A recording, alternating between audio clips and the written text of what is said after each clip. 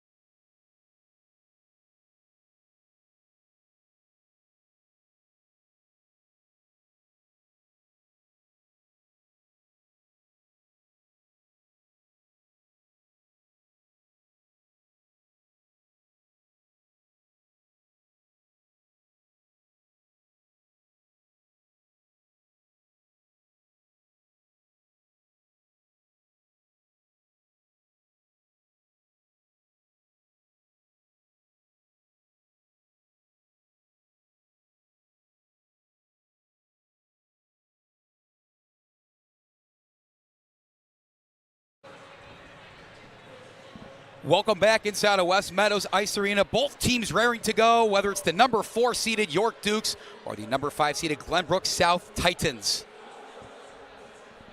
York donning their green uniforms, the black and white trim. Glenbrook South wearing their classic trademark winged helmets with the light blue white jerseys. Already got a great jersey matchup even before we hit the ice here, Ray. Yeah, I really love the light blue. That really is an interesting contrast to the green, which so will be easy for everybody at home, hopefully, to see the 2 different teams. And this is it. I mean, this is the final game of these quarterfinals, and as we've seen in the first 3 games here today, the SHL teams have all come forward and just, laid it all on the line. This is a 1 game, not a series. This is a win or go home, and both of these teams want to continue to tomorrow. The one thing we'll touch on from that pregame interview with Coach Jimmy Philbin of Glenbrook South, All-State forward Blake Hoffer out today with a shoulder injury. How vital is that for this Glenbrook South team that's looking to make the first upset of the evening? Well, it's huge. I've had a chance to see him play a couple of times. The athleticism, obviously the numbers. The size, though, Andy. The size, the reach, having those couple of extra inches to chip the puck away from from an opposing player. I think that's some things that they're going to, the intangibles beyond the box score, you're also going to miss from him. We'll be sure to see. We're going to kick it down to the public address announcer here at Rolling Meadows to get things started.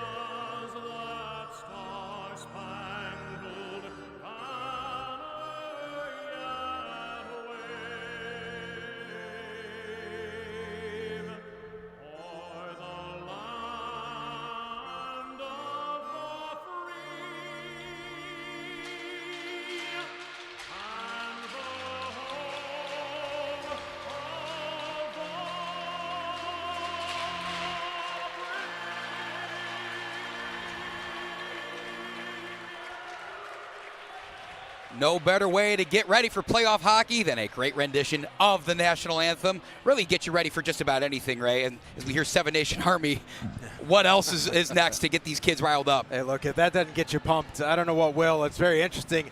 Dylan and I were up here during the last game, and we could hear, he can tell you about it too. We felt the whole floor shaking. Those two teams in the locker room getting ready to come out, the energy just busting out of the seams. Yeah, Sam Schwartz is an absolute magician down here. He's wearing 5 different hats today. He is doing the in-rink scoreboard, the PA announcing, the DJing, as well as the score sheet, and he's providing the technology for the broadcast in the top left corner of your screen, the scoreboard, I should say. So he does a great job down here, and nothing like a pregame ceremony conducted by the great Sam Schwartz. Tip of the cap, friend of the program, Sam Schwartz. You just heard from Dylan Ward. I'm Andy Diedrich alongside Ray Crawford. Thanks for inviting us into your homes for some Saturday night playoff hockey action. Those words together, all pretty good on their own, but together it's going to be special. Grab your beverage of choice, sit down. We have at least 3 periods of postseason hockey to go. Winner to the Final Four between York and Glenbrook South. York seeded number 4, went 15-12 in the Scholastic Hockey League. Glenbrook South seeded 5th. 5 All-Staters combined between these teams, 7 All-Stars. Of course, one of them missing on Glenbrook South squad, Blake Hoffer. But that won't matter. All that matters is who has more goals when this one is all said and done. Last question, Ray. You ready to kick this thing off? Let's go. Underway from West Meadows Ice Arena. It'll be York to start with it. Mason Shorter controlled it off of the faceoff. One of the All-Staters himself for York. He plays alongside Jimmy Spano and Jack Passion, also getting the All-State and SHL All-Star nods. And it is Shorter skating back to collect this puck with tough pressure from his counterpart in McCrulis. You'll see McCrulis a lot out there for the Titans. The sophomore, 9 goals, 8 assists in the regular season. And McCrulis will flick the puck. Nearly got it out, but it was kept in inadvertently by his teammate Vanderplug. Now it's Shorter batting it in. Quick shift for York. Alex Tuta will slide off. Over to one of the Fagan brothers. That one's Will Fagan, the junior. He's joined by Luke, also a junior, wearing number 6. Will wears number 76. Combined between the both of them, 3 goals, over 20 assists. Not just brothers, but twins as well. That would explain how they're in the same year. I don't know why that didn't occur to me. My mind's just so focused on hockey, fellas. I apologize. Guys, also something, a little housekeeping note, is Ethan Smaha has been called up in replacement of Blake Hoffer from the Varsity 2 team. The Varsity 2 team does not have these white and light blue jerseys, so he's wearing a jersey with no name or number on the back. So if you are wondering who that is up there in the booth or at home, if you're watching, that is Ethan Smaha. Thank you, Dylan. Smaha normally wears number 28 on the defense, but this time he'll be nameless and numberless. Maybe if he scores a golden goal, that won't be the case by the time we get to the end of this. 1 minute in, still no score. Chasing that one down, York controlling time of possession now. Shot fired through the crease, back out, unable to be kept in. In hot pursuit is Ventura. Moore off the boards into Spano. Moore wearing the captain's patch, fighting with Ventura on the boards. Now flicked up into the zone. Batted back and forth between Pacente and Cosmeter. Now it's Cosmeter controlling. Gets to the center, waits for his teammates. Trailing him with a shot. Vanderplug is blocked. Pinto will fire. Another block. Jimmy Spano this time. Off the skate. Now York up and running. Spano's got a breakaway chance. If he can get by the skater, shoots. But the defense is there, and it will be covered for the first time tonight. Thomas Preston, one of the all-stars of this Titan defense. Well, good opportunity there for Glenbrook South to maintain possession in the zone. Great job by York putting the body in front of the puck. 2 shots deflected off the body, and then they get a nice rebound to get some momentum and energy going back the other way. Preston's seen the puck a couple of times, so he's getting the shakes, the early shakes out if he has any. Thomas Preston was somebody that head coach of York, Evan Poulakidis, mentioned by name in terms of getting their offense going. Preston less than 2.5 goals allowed per game in the regular season, a save percentage north of 92%, and a trio of shutouts. Has his hands full today with this Dukes offense, who continues to have the puck in the zone as they play with it on the far corner with 2 Titan defenders. Still trying to work it out of there. Now it's trickling back out to the face-off circle.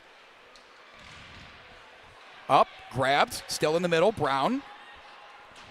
Nice way to bat it out of there back towards the center line.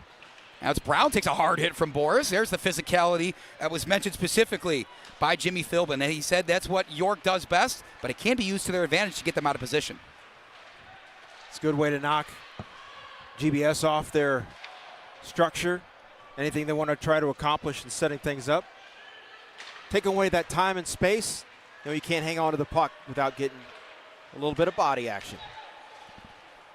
It's important you bring that up too, Ray. These are two wildly different teams in the first period, looking back in the regular season.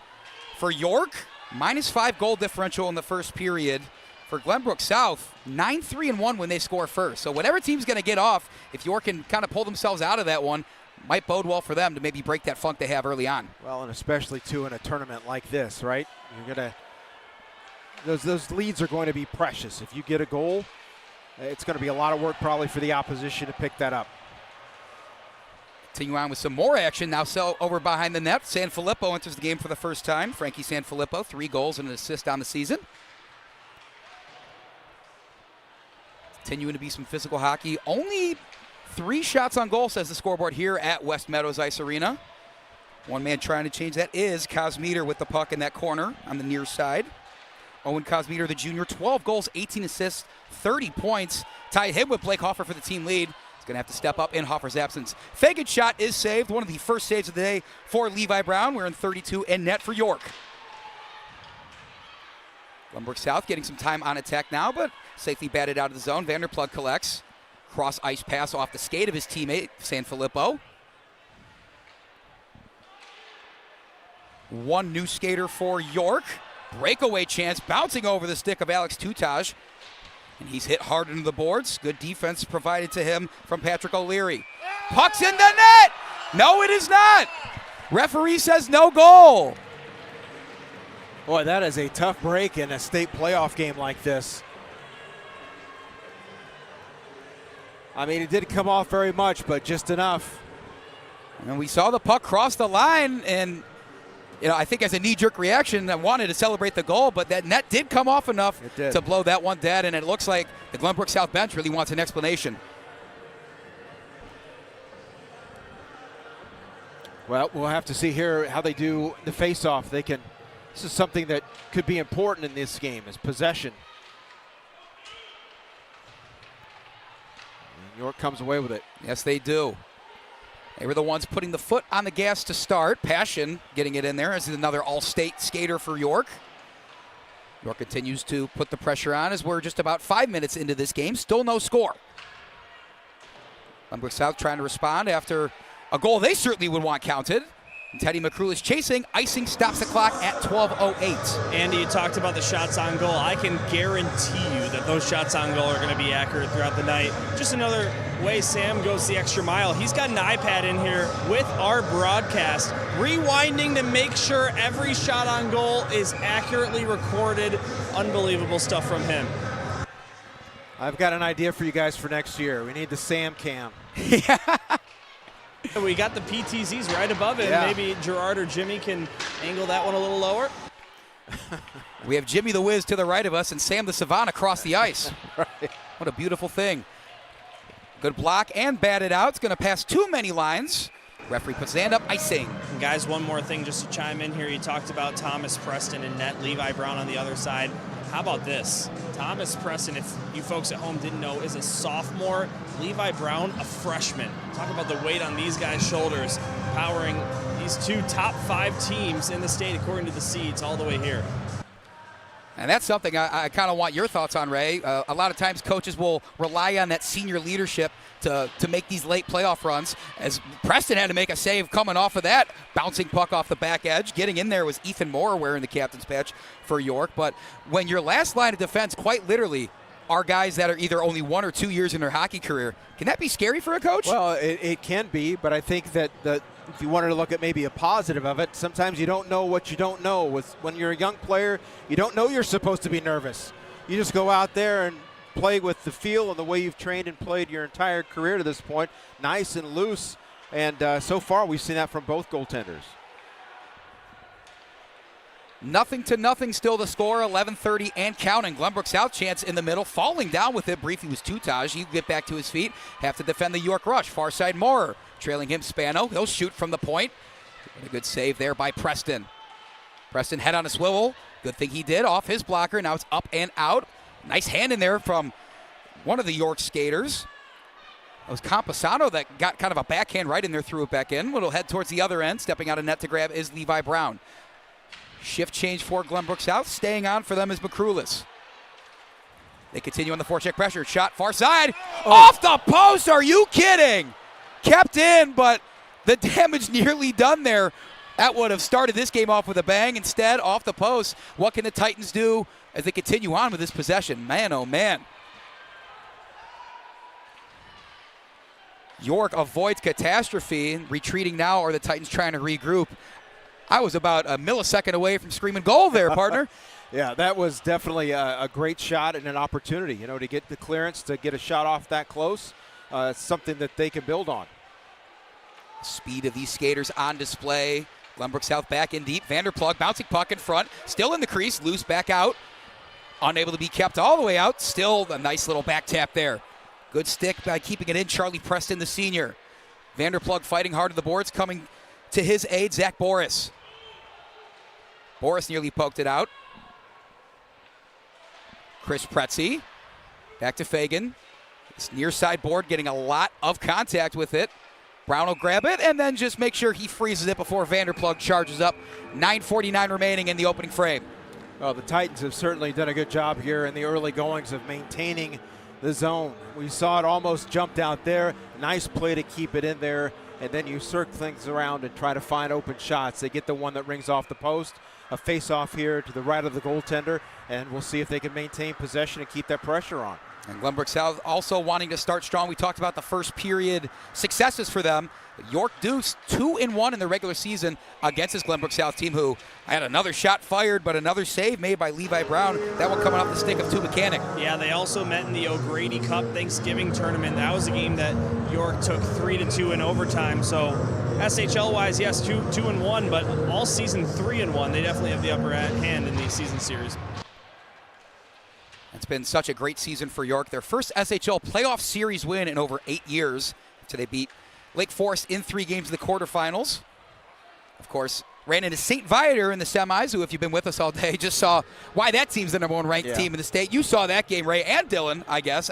What else can you say about St. Viator? Yeah, 21-1 goal differential in 3 state games so far. 1 goal allowed is on a penalty shot. Come on.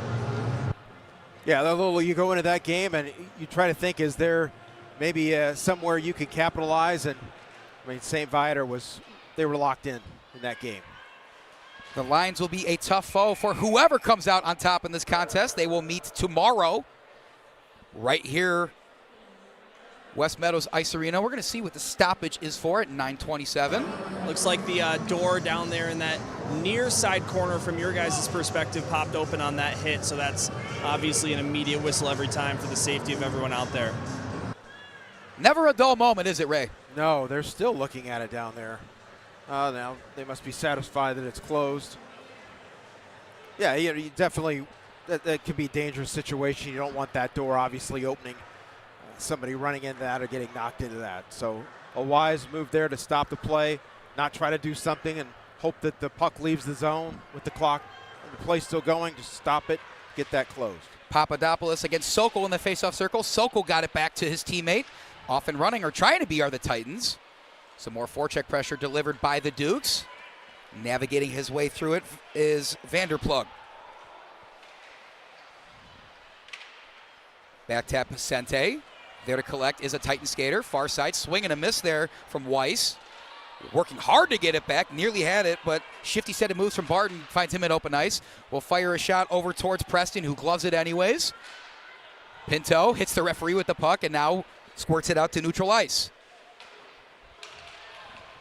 Back and forth action. Kosmeter wanted the breakaway out of his range, and Levi Brown just going to scoop that one up. Jonah Weiss just out there, number 15 for the Titans. He scored the OT winner at Glenview Ice Center to send the Titans into this round. Guys, in the Illinois high school postseason, we've been light on overtimes. The entire varsity SHL playoffs, not a single game went to overtime. so far through 2 rounds of this state tournament, plenty of games, we've only seen 2 games go to overtime, one, of course, being the one I just mentioned. It's been quite a journey through these playoffs for both these teams. Glenbrook South, of course, as Dylan just mentioned, coming off that 3-2 Sweet 16 overtime win against Notre Dame. Jonah Weiss, the beneficiary in overtime, handled Lake Forest Blue in the round of 32, 3-0. That's our first real hard hit of the game. There's some more action going on the left side of the boards. York got to this Elite Eight. They defeat New Trier White in round of 32, 5-1, and handled Hinsdale Central 6-2 in the Sweet 16. More contact, no arm going up. 4 referees out here content with letting this one play. I think that's perfect encapsulation of how SHL hockey goes. Yeah, this is at this point, it's a physical, and the referees have to certainly be careful and cautious, but you don't want to ruin a game by making some calls that may make a difference down the road. Passion calls for it and receives. Just out of his range, he'll spin. Tries to get it through the wickets, unable to do so. Vanderplug now comes back. Hayes. Griffin Hayes, how to stick on York. Still wants it. Far side shot, weakly hit, but it's blocked out by Preston. Backhanded McCrulis. High arcing puck gets out of the zone, past the hand of O'Leary. O'Leary retreats. Him and Pretzi on the defensive. Passion will feed it into the zone. Fagan's there to collect. Past his teammates and through too many lines. That's icing. Andy, speaking of overtime, I know last season the Bennett Red Wings had a couple of OT thrillers at home with you on the call. Some electric calls from you and some electric games there last year. Oh, Dylan, you spoil me by bringing up the few good games I've gotten to call. I only joke. That Bennett team last year, of course, making it all the way to the United Center. And it was not an easy path, as I think any of us will remember. I think the easiest game they played, surprisingly, was against a top 3 team in the state in Loyola Gold in the semifinals. Yeah, that was 5-1. All the other ones were 1-goal wins in overtime and the 1-0 loss in the final. Shot from York goes wide. Looks like a defender got in on there. Bounced. Nice carom off the boards and hit the net. So 7-17 stops play here.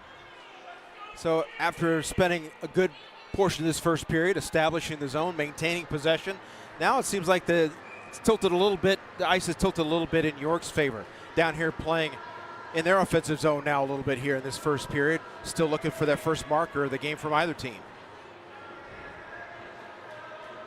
It's a good point that you bring up, Ray. The one thing that Evan Polakidis, who's a first-year coach at York but has over 3 decades of coaching experience here previously, was at Glenbrook North. He's no stranger to the foe across from him, of course, those being rivals between GBN and GBS. Polakidis says the depth, the rolling lines he can get from York is a big reason why he wants to be here and what makes them so great. I think we're seeing that on display here as they continue to be on the offensive. Spano absorbs a hard hit, but continues with the pressure.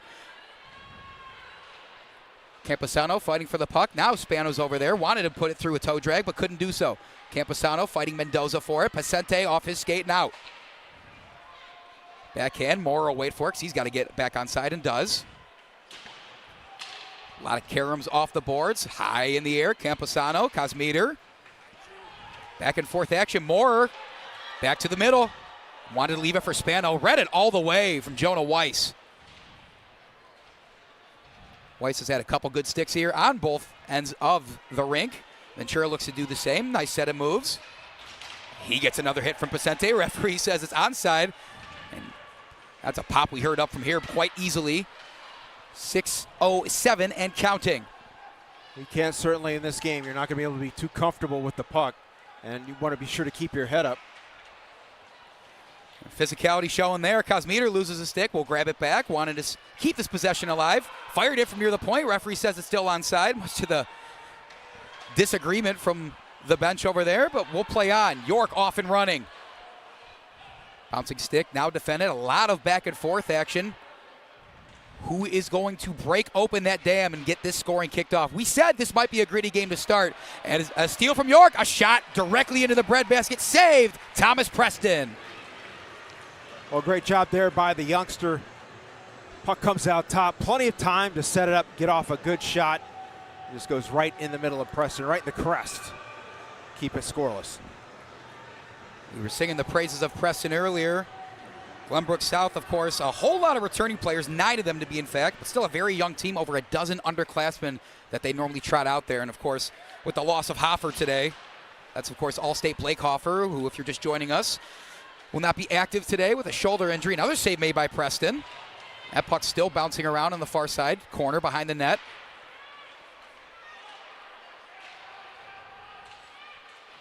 A lot of time behind the net. No goals, no penalties so far. It seems like whatever happens first might break this one wide open. Sam Schwartz is getting bored down here. Nothing to call out.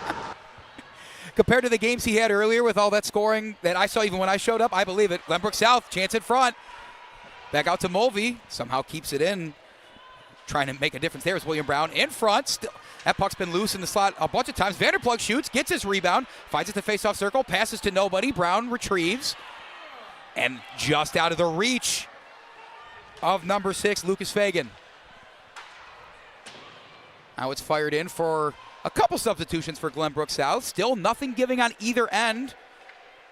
Goalies have been tremendous. Defenders have been even better. Now it's Vanderplug, steal. Far side, backhanded tap, loose. Then sticked and frozen by Levi Brown. Tickets are on sale now for the Illinois Bars Varsity Combined and Varsity Red High School State Championships at Allstate Arena on March 6th.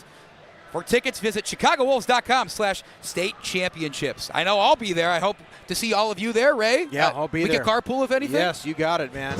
Wouldn't miss it. One heck of a day. These teams, of course, trying to finish out today just to get to tomorrow, let alone to March 6th. Glenbrook South trying to do just that with a shot in the far side off to the face-off. Still quite the exciting hockey game despite the lack of scoring. It's one of those games, a lot of times in other sports, no one likes the defensive battles, but right now, with all the action still, I am glued to my seat, even though I'm standing up. The metaphor works. You guys understand. Well, your feet are glued to the floor. That's why they pay us the medium bucks, folks. Still in Ward, everybody. Back to the action. Under 4 minutes remaining. Still no score.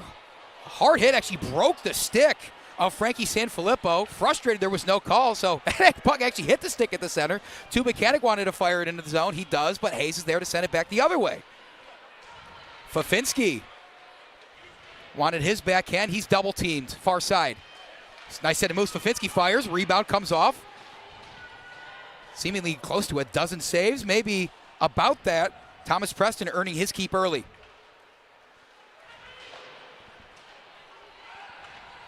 Jack Passion, all-stater. Fagan got it with a high stick. And now that one's touched, that will be blown dead for the high stick from Will Fagan.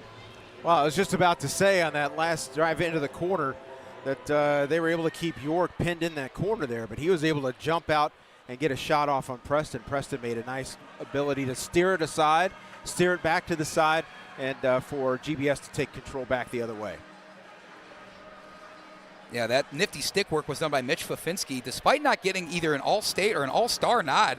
12 goals, 8 assists for 20 points. So the many-headed monster of these York Dukes just grows even more when you look past the ones that were honored in some way, shape, or form. Yeah, this is going to be one of those games where what's the lucky bounce or the mental breakdown that's going to lead to this first goal? All about the puck luck sometimes. They don't ask how, they ask how many. Another save made by Preston. Impressive stuff from GBS's defense. Passion will keep it. Pachente flanking him. Passion brought to his knees from Ventura. Through Ventura's feet to Pachente. Backhanded back at neutral ice. Now into GBS's zone. Kosmiter will take aim, but a great way to get in the middle of that trajectory. Number 46, Anthony Pirati. Now it's Pirati far side. He defends, but he's got a pair of goals in the regular season this year. Loose on that near post.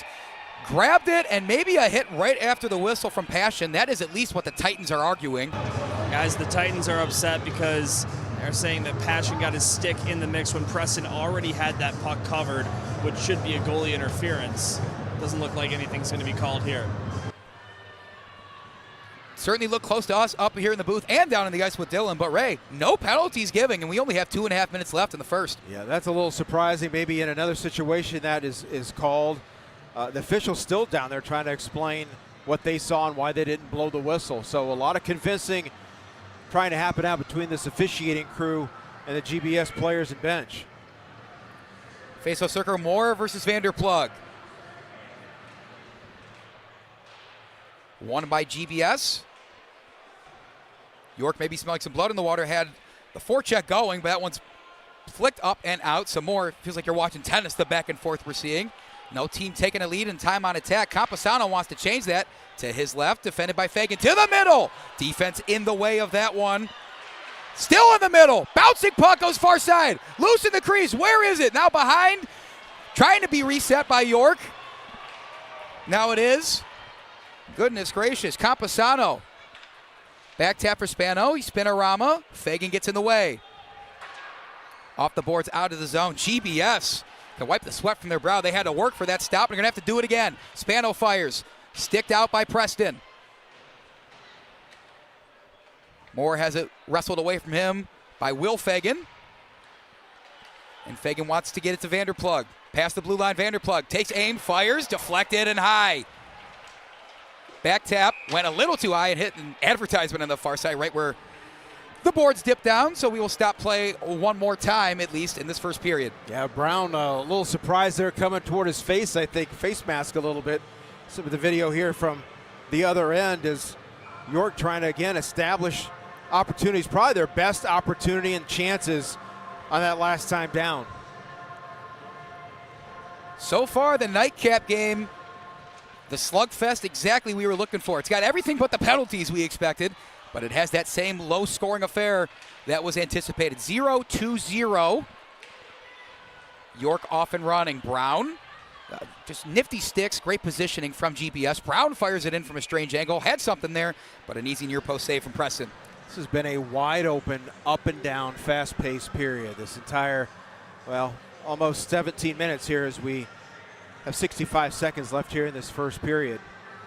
The short break here, so we'll see if this energy at the end of this period can continue into period 2 without having the benefit of going to the locker room as we will between periods 2 and 3. Important distinction to make.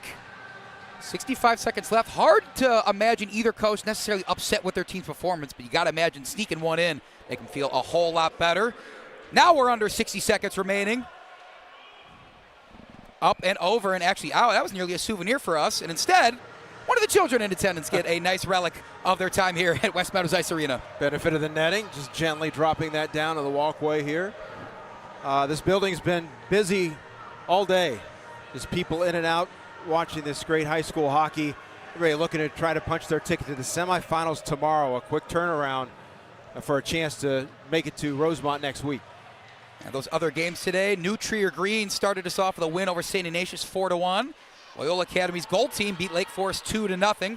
St. Viator beating Glenbrook North 5-1 in our last matchup, leading us to this final game. See who's going to be that last semifinal appearance, I should say, going up against St. Viator, the number 1 seed. GBS 2-on-1 if they hurry. Cosmeter up ahead. Hard hit delivered. Teddy McCrulis absorbed all of that. He's quickly back to his skates. There's the physicality of York that was predicted by coach of the Titans, Philbin. 15 seconds left. One more chance brewing. Brown takes a hard hit. Pretzi behind the net. Off the corner. One more chance. Looks like York will just send this one in. The horn will sound. No penalties and no score after our first 17 minutes of action between the York Dukes and the Glenbrook South Titans. Winner goes to the state semifinals to be played tomorrow. As for us here on SHO Network, we're going to take a short break, but stick with us. We got a whole lot more playoff hockey coming at you right after this.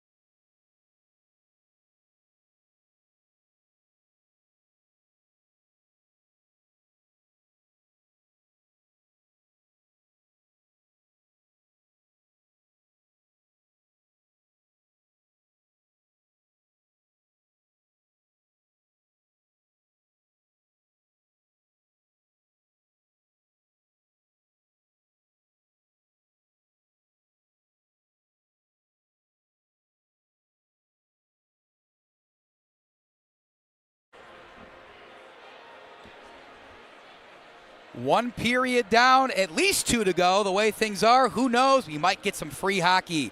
Alongside Ray Crawford, I'm Andy Diedrich. Dylan Ward's joining us on the ice. No score between York and Glenbrook South with a trip to the semifinals on the line.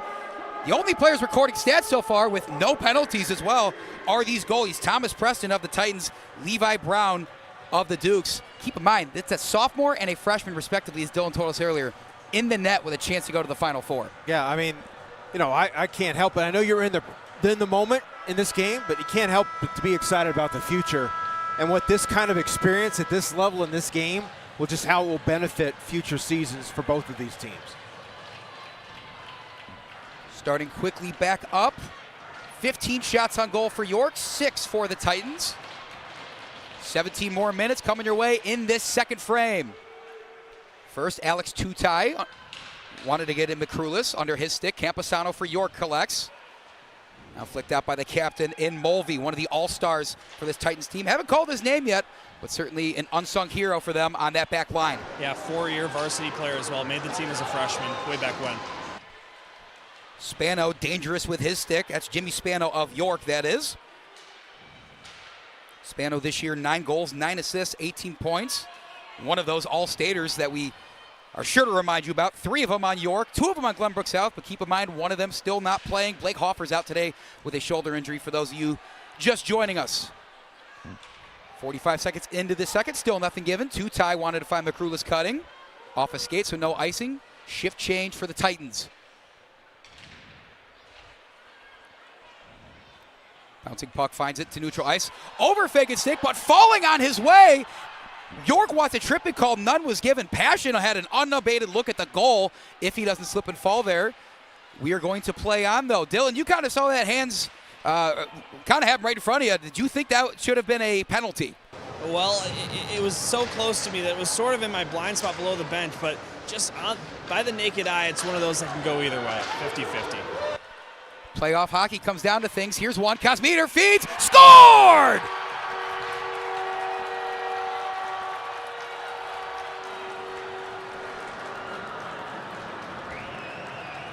The game-winning goal in overtime in the Sweet 16. He opens the scoring up in the Elite 8. The senior, Jonah Weiss, puts the Titans on top 1-0. Well, an unusual 2-on-1 here. Kosmiter hangs on it till the last moment until he sees Parati commit. Has to come over, then he gives it and scores. Weiss with the goal, and that kind of breaks the seal on this game as Glenbrook South goes up 1-0. We get one more look here on the replay. Great passing, great chemistry between those two. Really have dialed it up all season long. You saw the bench cam there for the Titans. Almost looked like not necessarily celebration, but relief. They're the ones that struck first and are going to play this one from in front. Puck in the crease. It's going to be another save for Thomas Preston. And keep in mind, Levi Brown, the goaltender, who's been tremendous to start this one, letting up that goal early. He is the freshman here. It's going to be hard for him to not get in his head, Ray. How important is it for him to maybe get a talk with his coach over there on the bench shortly? Well, I'm sure right now he's kind of on an island back here in his own net, thinking through things a little bit. You know, you just have to, again, have confidence about your teammates, the guys that are in front of you. They've been scoring goals, and you have to know this is not going to be a 1-0 game. It's Kosmiter again. He assisted Weiss the last time. Wanted to shoot it himself. Blocked up. Puck stops the play. 14:43. That lone goal coming off the stick of Jonah Weiss, as we just heard. Guys, one thing I love about the second period is that the team switched sides, so they're actually shooting in front of their fans. Obviously, you can see York has a huge student section to your guys' left, my right. Glenbrook South on a little bit of a lighter side, but it's just an unfortunate timing thing. Glenbrook South actually has their turnabout dance tonight, so all the students that are in attendance skipped out on the dance, but if the Titans advance, expect a much bigger crowd tomorrow. It's funny you say that, Dylan. I was looking at the size of both crowds, just impressed already, let alone with that. We might get even more packed house if either of these teams, of course, will make it to tomorrow, let alone at All-State Arena. It's just an electric atmosphere in here. I don't know how you guys made it out of that St. Viator game alive, let alone this one now. Oh, yeah, that was a big hit over there into the York bench. Yeah, I know some of these guys had to call their girlfriends with the bad news that they won't be able to go to the dance with them tonight, but bigger fish to fry. It'll all be worth it. They can have that date March 6th at Allstate Arena if they win this one, and then tomorrow's semifinal. But right now, Glenbrook South playing this one from in front. Back tap from Preston. Now it's going to trickle all the way back. Referee says we're going to play on. Mulvey goes back to grab. York's going to have to get some subs in. They will quickly. Mulvey under the skate of Vanderploeg, and under everyone's stick, actually. Clock stops for icing. I think Brown's been pretty solid. I don't think you complain about his play down there. Just one of those situations as we take a look at that hit as Mulvey goes kind of head first into that York bench. Able to pop back out there and get back in his position and try to hold off the puck getting any further. Now, penalty minutes aren't necessarily an indication of how hard a guy hits, but Michael Barton over half an hour in the box in the regular season. I think he's shown he's the enforcer of this Duke squad. Yeah. Puck goes way up, nearly hits the ceiling here. It's one of the highest pucks I think I've ever seen. Not used to playing in an ice arena with the levers that we have up top. Over the head of Makrulis, grabbed by Brown. Wanting to back tap and passing it to himself there for a moment. York's got a chance. Pinto defends. Up and over the glove of Preston. Bouncing through the neutral zone. Tutai through his legs. Now it's both of the Browns in front. It's another set of brothers in this game. Gavin Brown, wearing number 77 is one of them. Trickling puck. Fagan over his stick. Now York wants another chance, but getting back on sides, Ethan Moore. Glenbrook South, you never want to let off the gas pedal after an early goal. They finally broke through here in the second period, but right now it still seemed to be the aggressors. Well, Fagan let that puck kind of lost it where it was. It was right behind it, but not far enough for Preston to come out to get it. He's able to gather himself to get it. That's what we talk about, staying that mental sharpness. Don't want a mistake like that to turn into a goal. And here's Fagan again. Nice pass. Kosmeter aims, fires, redirect chance, no good. That's Asher Vanderploeg, the senior. It's a name we haven't called much, but we certainly will call at some point. 16 goals, 11 assists. Got to get back and defend here. New York will be patient with the puck. Camposano is looking for a man. He'll play give and go. And a nice little stick in there. It's just great work from Kosmeter doing it on both ends. Neutral ice, who wants it? Kosmeter passes it directly to York. Shot goes wide, however. Big old swing there from Jimmy Spano. Dangerous there for GBS. Spano's back with it. Defended this time, it's Lucas Fagan. Spano will aim and fire. Redirect chance. Rebound's good!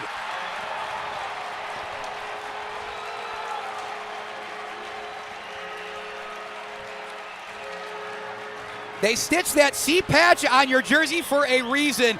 Ethan Moore knowing where to be and when. This one's all knotted up in one. Well, you had a feeling that York just kept coming and coming and coming, even going back to the first period, creating great chances. And here's another one here. Just get the puck on net, keep it low, be ready, stick on the ice for a rebound. Johnny on the spot, nobody there checking that backside, the weak side. They're able to score to tie the game. Ethan Moore, the captain, the goal scorer there. 9 goals, 6 assists in the regular season. Something tells me this one sticks out a little bit. I think so. I mean, you know, when you're a leader now, you've got to feel like there's some belief. Now all the players up are standing up on that York bench. Now, Dylan, you're the one that's directly adjacent to that York bench. Probably a vibe shift over there, I'd imagine. Yeah, they're definitely happy about that. And you saw Ethan Maurer skate back to the bench, holding the Y on his chest, proud to represent the crest of York High School. York's going to have to get back and defend. A nice save, though. Levi Brown hasn't had to see a lot of action in this second period other than that early goal. He's staying hot. Going to have to make another save. He'll dive on it, though. Prevents the rebound chance. Jonah Weiss was lurking in that crease. Also want to point out Ethan Maurer scored the shootout winner against New Trier back in October on our very first SHL Network broadcast of the season. He also scored at Allstate Arena against St. Viator on the broadcast. He has a knack for coming out of his hiding spot when we are in the building. I think something about the cameras really proves his play. I don't know. Talk about stepping up when the lights are brightest. Ethan Maurer evens this game at 1, so no goals in the first, no penalties, still no penalties in this one, but a pair of goals before we get to the halfway mark of this second period. we've said this has lived up to expectations. I think this one's already exceeding it, Ray. Yeah, I mean, I really thought this was a toss-up. I mean, and that's maybe sound like an easy way out, 4 versus 5. Maybe you might think that, but that has been the case. This has been an equally matched game. Both of these teams have had their opportunities. I think some exceptional goaltending play throughout for both these goaltenders as well. So very evenly matched, and the score indicates that what we've seen, the score is definitely a representation of the way this game's been going. Thanks to our Scholastic Hockey League network sponsors that you just saw flash on your screen. Couldn't be possible without you. Great to support youth sports, especially here in the great state of Illinois. Back to the action. York will aggress. Brown and Papadopoulos double teaming on this forecheck. Under the skates of the referee. Thought O'Leary had it. It's fed into the corner. It's Papadopoulos, defended by Mulvey. Back out. O'Leary will shoot near the point. Oh, goodness gracious. What a save by Preston. Didn't quite have the line of sight of it. Cutting directly in front of his vision was William Brown. Yeah, Brown trying to get in the way there, trying to take away the eyes of Preston, unable to do it.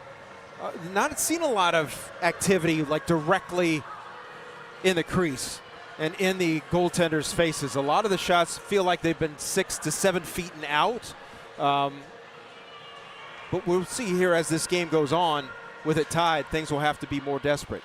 O'Leary fires, blocks, Spano going to chase.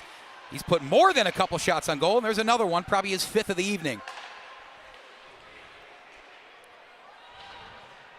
Fed back into the York zone. Mason Shorter's back in. And there he goes trying to collect. Under him to GBS. Nice set of moves. Vanderplug, the defense there from O'Leary, steals it away, but he falls, so GBS keeps it in. Turnaround shot, grabbed by Shorter. Stick from Bakrulis. Under 10 minutes remaining in the second.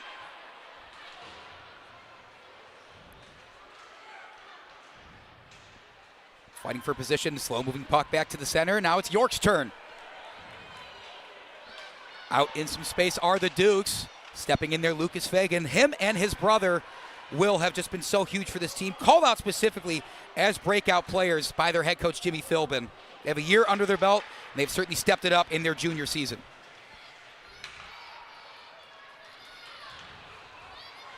Papadopoulos under his stick. More time spent at neutral ice. Now it'll be fed back into the zone. Two-tie skates off. Replacing him is Owen Kosmeter. And he'll get a chance right here out of the bench. Kosmeter to Weiss. Weiss will shoot. Glove save made. Levi Brown staying hot, flashing the leather. Yeah, a great shot too by Weiss. Nice open look. But holding his ground, Levi Brown just hanging in there. Gets a good look at it. Watches it all the way in the glove. Making it look easy. I know it's not. Makes it look easy. Now, Brown has only had to look at 10 shots on goal, as according to our live stats, brought to you by our savant Sam across the ice from us. But he's done well. 18 shots for the York Dukes. Are we going to see more on this trip down the ice? Fed in under the wickets of 3 of the skaters there. Barton will just send it back in to keep the possession alive. Mulvey's by himself. Saucer pass goes past everyone's stick. Weiss wanted it, and he'll be the first to pressure O'Leary. Over by the GBS bench. Bouncing puck, retrieved. Griffin Hayes had it through his skates. Back the other way, one-on-one. Kosmeter to his right, spins. Waits for a cutting man. Weiss was there, falls to his feet. Falls off his feet, I should say. The defense delivered there from his counterpart in Griffin Hayes. Fired in there from Fagan. New bodies enter for both teams. Fagan feeds it in, but have to get back on side. Makrulis, now he'll get back to defend. Fagan brothers playing the defensive positions. It's Lucas.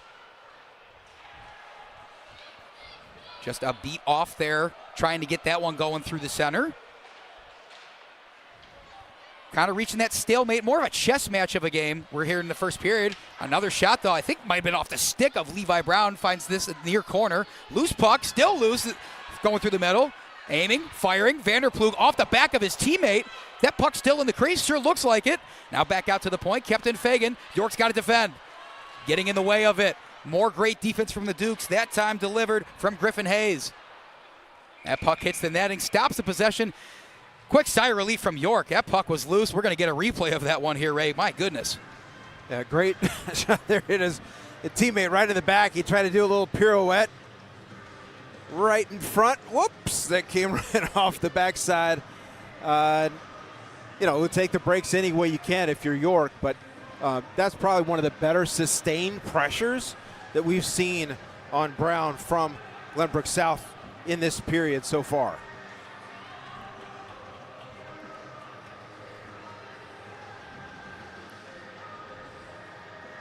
Pressure is the focus. Talking to head coach Evan Polakidis of York before the game. He knows how good that this Glenbrook South team is, especially if they're going to want to put the pressure on. The only way to fight fire is with fire. Doesn't matter who's in the lineup this time of year. Coach Polakidis says he's confident in his guys. Yeah, they're able to survive that onslaught. Now they're headed back the other way. Tilting the ice in their favor. They have the last goal. Can they make it 2 in a row? Wrap around. We'll wait. Middle goes to no one. Passion staring at an open net. Couldn't get it. Now it's under Passion. Cross ice pass is collected by a Titan skater. Off in open space, Cosmeter. Seen him everywhere tonight in the offensive side. Shorter gives him a shove. Stops that possession from Cosmeter. Whips back around. Mulvey's got to get back with Weiss. Defending is Mendoza. Brown goes right by him. Will shoot. Off of Preston. Now it's off of his chest into his glove. Another save for Preston. And by the count here in the live stats, just about almost 1.5 dozen tonight. Yeah, pretty remarkable here. This is York's now turn at this end. And they're trying to get in there and crowd things, make it difficult, try to get the puck in the back of the net, take the lead. And now we have a face-off down here to the right of the goaltender here for Glenbrook South and Thomas Preston. We do have one goal on the board for both teams, but compared to some of these opportunities we're getting, I think the unsung heroes of the game are truly Thomas Preston of Glenbrook South and Levi Brown of York, standing in that net and making things happen. Completely free, a clean game so far as well, penalty-wise. I haven't had any visitors so far. Dylan is right. 0 penalties for either side as we're going to get a call for icing. And I'll ask both of you guys, does that change how these players go through this game since there's no dynamic of ever having a man advantage or disadvantage? Or is this just business as usual for these guys? Well, I think it allows to spread your skaters out. And you don't have to have special teams. You don't have to double work, double shift, overwork your better skaters. They can continue to stay and keep that consistency in the rhythm and that chemistry with the 5-on-5 lines.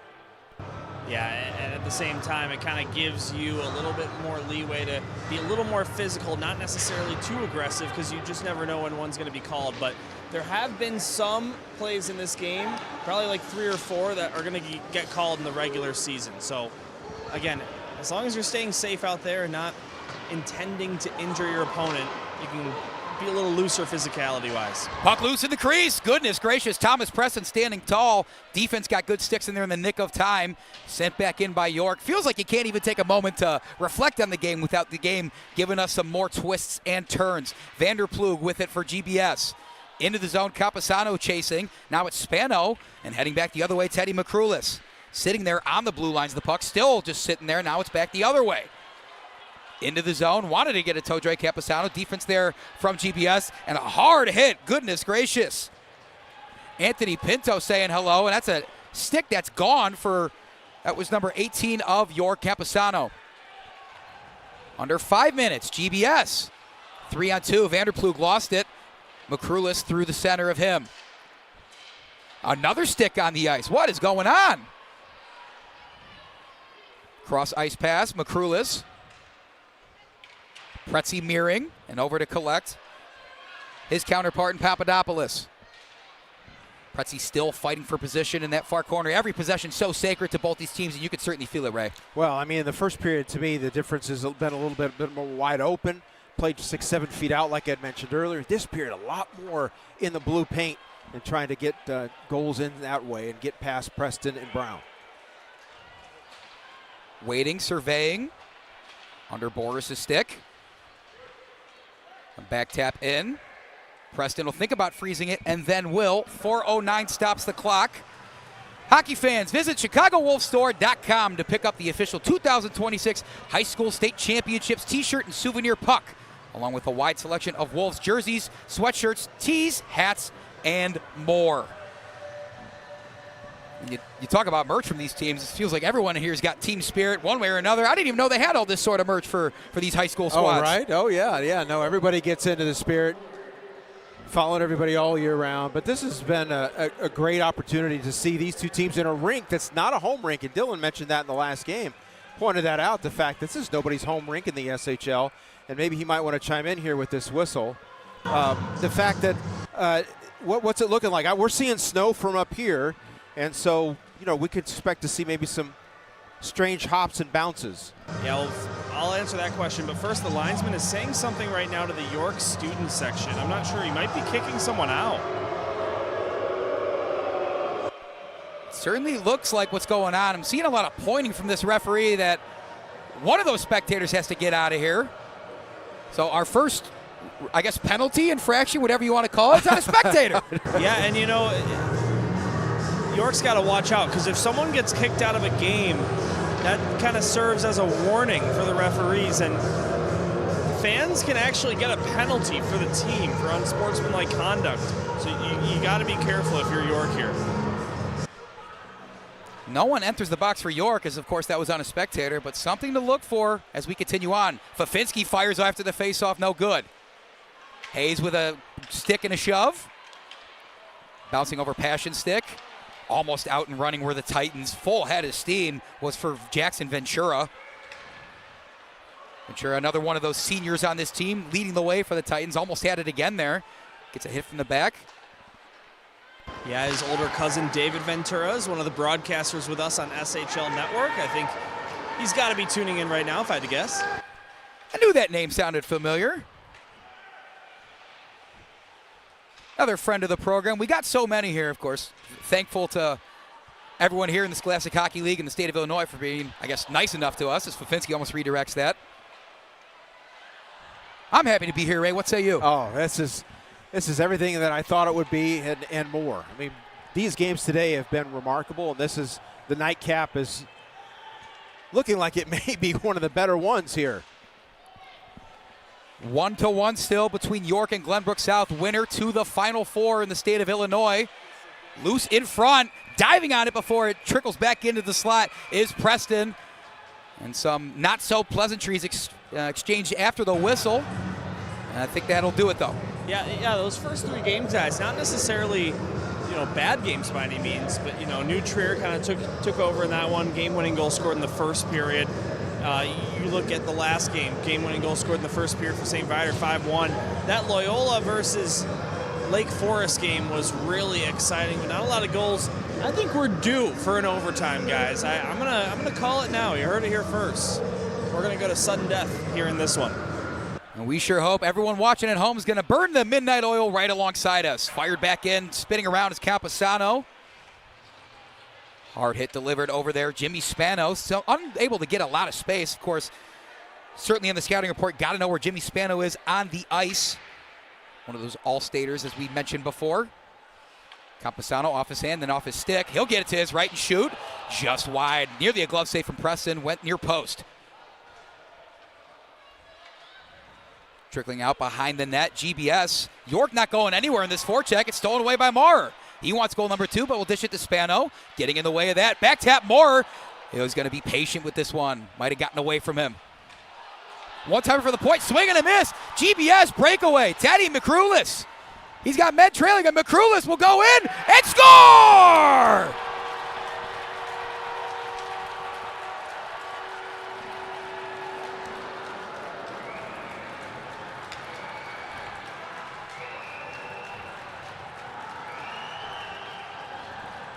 The super sophomore doing it again. Teddy McCrulis saw his moment and made the Dukes pay for it. He had 2 men trailing behind him. McCrulis chose to do it himself, 2-1 in favor of the Titans. Well, Sean O'Leary, last man back, at a peripheral vision, seeing 3 pairs of light blue pants. Wasn't quite sure where to go there at the last minute. thought maybe it might be dished away. Instead, he kept it and stashed it in for the go-ahead goal. And that play starts with Mason Shorter whiffing on a shot from the right point. And the offensive zone so good on that blue line. It's such a rare mistake for him, but that allows Macrulis to steal the puck and walk it in all by himself, guys. That's about as unassisted as it gets. Certainly not a goal that, as that puck bounces way up in the slot, not a goal that was certainly schemed up by either of those teams, but you got to play what's in front of you. And the play results 2-1, Glenbrook South lead late in the second period. I think Dylan made a good point. I just want to get back to the fan being escorted out of here. I would hope, in fairness, that if the officials are going to actually call that they would have Sam down there make an announcement that, hey, look, the next fan that has to be ejected will result in a penalty. So hopefully it doesn't come to that. We will see how things continue to play out. Beautiful Rolling Meadows, Illinois, West Meadows Ice Arena.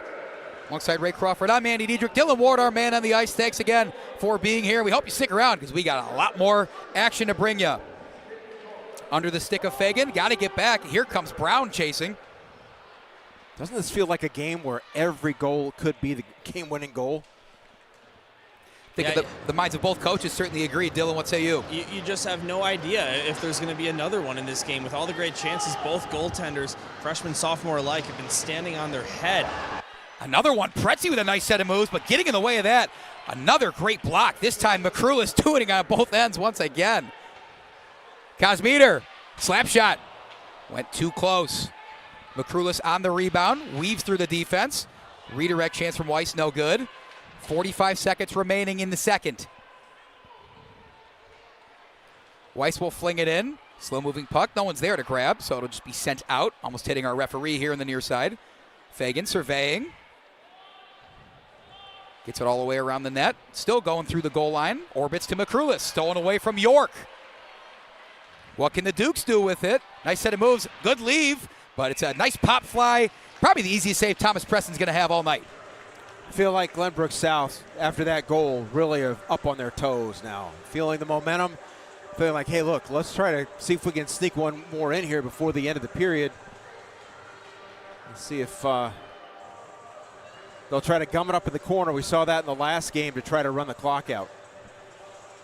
22.1 says the scoreboard here at West Meadows Ice Arena. Right off the face-off, save from Preston.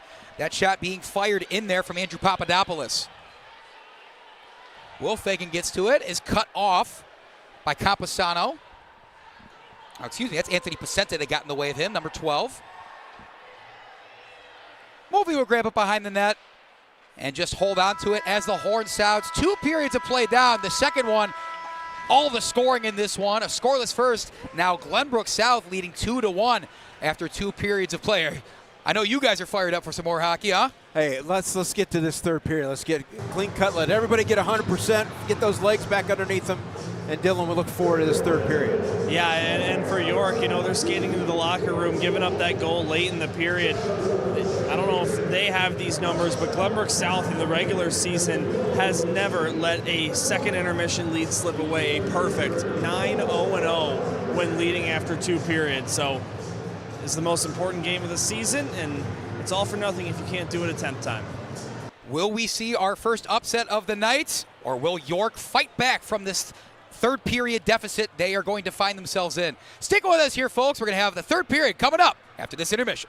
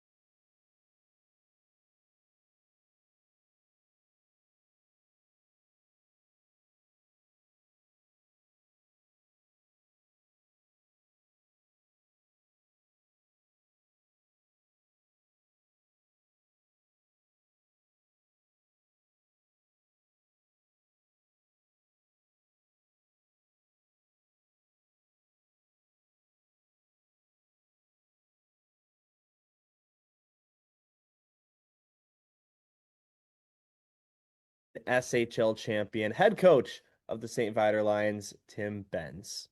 And there he is, our special guest, not only the SHL Coach of the Year this season, but the Scholastic Cup champion with his team, the St. Viator Lions, Tim Benz. Tim, how are you doing today? Doing good, guys. Thanks for having me. Of course, good to have you on. And well, we'll start with this. You guys, obviously, it's been clear that your focus all year has been a state championship, but on Sunday night, you got to win the Scholastic Cup and win the league that you've been playing in all season long. And yeah, it's kind of second to state, of course, but in that moment, how did it feel to know you were kings of the SHL and for the first time for the program? Yeah, fantastic. I mean, I would say even more fantastic for the program to put us on that elite level. You know, we've always considered ourselves as one of the elite programs, just being part of the SHL, but then being able to take home, you know, the coach's trophy as well as the SHL playoff champion. It's a huge deal. So obviously we were ecstatic on Sunday night and, you know, continued on to Monday a little bit, but, you know, now our focus is for state as we got Glenbrook North on Saturday, and that's where all the focus has been the remainder of the week. I think going into this season, the big headline was your returning offense, right? You returned 4 of your top 5 scorers with the exception of Aiden O'Neill, who was a great leader.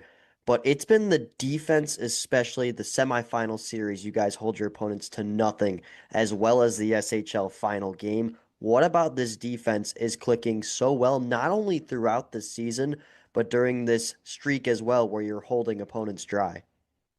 Yeah, so, you know, we did return a lot of forwards, but we returned 5 of our 6 defensemen as well. Yes. So we knew we were going to be strong on the back end. And a lot of those guys go down as, we'll call them unsung heroes because of the power we have on offense. But, you know, obviously it starts with the backstop. Calder's been playing great this playoffs. I think he's had, you know, the 3 shutouts in a row in the SHL playoffs and another 2 in state. So that's obviously a huge component, but also limiting teams' offensive opportunity is a huge compliment to our defense. You know, Adam Papio and Jiang Hong are going up against everybody's top line. Being the higher seed, it's nice to get that matchup, and they've been shutting them down, limiting odd man breaks, limiting scoring chances in our D zone, getting pucks out, playing the body. All those guys on the back end have been great. To add blocking boatloads of shots. Yeah, that Calder Turpin streak is just incredible. I think I counted 99 straight shots he stopped over the state and SHL playoffs combined. But looking at state, as you said, you've got Glenbrook North. For some of the seeds, it's a little bit different from SHL quarterfinals to state quarterfinals, but for you guys, it's the same 1v8. So you're taking on a team you've already faced in a playoff series. Does seeing that team in that kind of environment give you an advantage when you talk about preparation for this game? I would say yes and no, you know, because it works both directions. So they also are familiar with us and what we do and what we're about. So yeah, there's the advantage there in knowing our opponent, and same goes for them. If it were a different opponent, then yeah, maybe there's a little uncertainty there. We haven't played each other in a couple weeks, whereas, like you said, we just saw Glenbrook North. I think it was the 5th and the 7th of February, so it's fresh in both our minds. So it works both directions, but nonetheless, yeah, I'm happy we play a like opponent. So, you know, hopefully we can know the ins and outs of offense, defense, goaltending going into the game. You know, throughout these playoffs in the SHL, you've had incredible turnouts. Your fans have really always been on their feet, decked out in a certain type of color, depending on the game. And I just want to talk from a coach's standpoint. What have you heard from the community and such that is different from other seasons? Because you can kind of feel in the St. Viator air that the support this year is just flat out the best within the SHL. Yeah, a lot of it has to do with, at least in my experience here, this is year 9 at Viator, is the number of seniors you have on your team. So we have 12 skaters and 1 goalie, so we do have 13 on our varsity 1 team, and that helps with the turnout. You know, usually they're the kids that have been in school for 4 years. They know more people than, say, a freshman, sophomore would, just because of the friendships they've been able to create. So getting those students and even their families too, because they play, you know, baseball with them or soccer with them, whatever it might be, getting those students and families to our games has been a huge advantage. You know, and a lot of people don't know, maybe they do. We are the smallest school in the SHL. We're only at about 760 co-ed, so it is we call it a small school, and we try to be a hockey school. Well, you talk about a lot of those guys: Ryan Loftus, Connor Sibitroff, the SHL Player of the Year, by the way, Pepe Leboy, Priswara. I mean, these are all guys who have been on the Varsity One team for many years, in some cases 3 or 4 years. Do you think now that they are all seniors, or most of them are seniors, seeing them on that Varsity One team so early on in their high school career is really starting to pay off this year? Yeah, no doubt. I know lots of teams, and you guys even talk about it on the broadcast, is they pull a kid from the Mission, or they pull a kid from the Reapers or wherever, or Tier 2 Central States, and we take pride in getting our guys in. Guy like Ryan Loftus played varsity too. Tommy Speck played varsity too. Those are guys that have been in our program and have worked their way through it. And, that's compliments to the coaching staff, our JV and V2 levels as well, and getting those guys ready to play varsity hockey and not only compete, but be some of the best players in the state. Yeah, and I think on top of that, your guys' power play moves so fluently with, the great talents you have. I'm kind of curious because I like to pay attention to detail, but I did not look too much into the St. Viator power play last year compared to this year. Did you guys tend to kind of change the tactics around knowing that you had these guys on the ice for yet another year and they could even try to go, more gutsy on certain plays? Or is there, because I feel like there's been times where the power play, you guys just are moving around the zone so fluid, you're just simply throwing the box off. Yeah, most definitely. I mean, you look at our second unit this year, is 3 out of the 5 guys on that unit are younger guys, so they'll be back in the system. And then you have a guy like Sibitroff on our top unit who will still be in the same spot. So returning players to those positions is crucial in having success, not only on the power play but also on the PK. So having familiar in what we want to do against what, just systematically in every zone is huge. Having familiar faces. Well, last one for you, Tim, on my end. You've got the state quarterfinals coming up this Saturday. We touched on that game a little bit against GBN, but a bit of a scheduling quirk this year is if you do win that game, you have to turn it around and play the semifinal on the very next day. Um, Obviously, as a coach, I'm sure you'd rather have it with a little more time in between. But since that is what it is, how does your week leading up to this weekend preparation change if it were to be kind of like a week in between those games?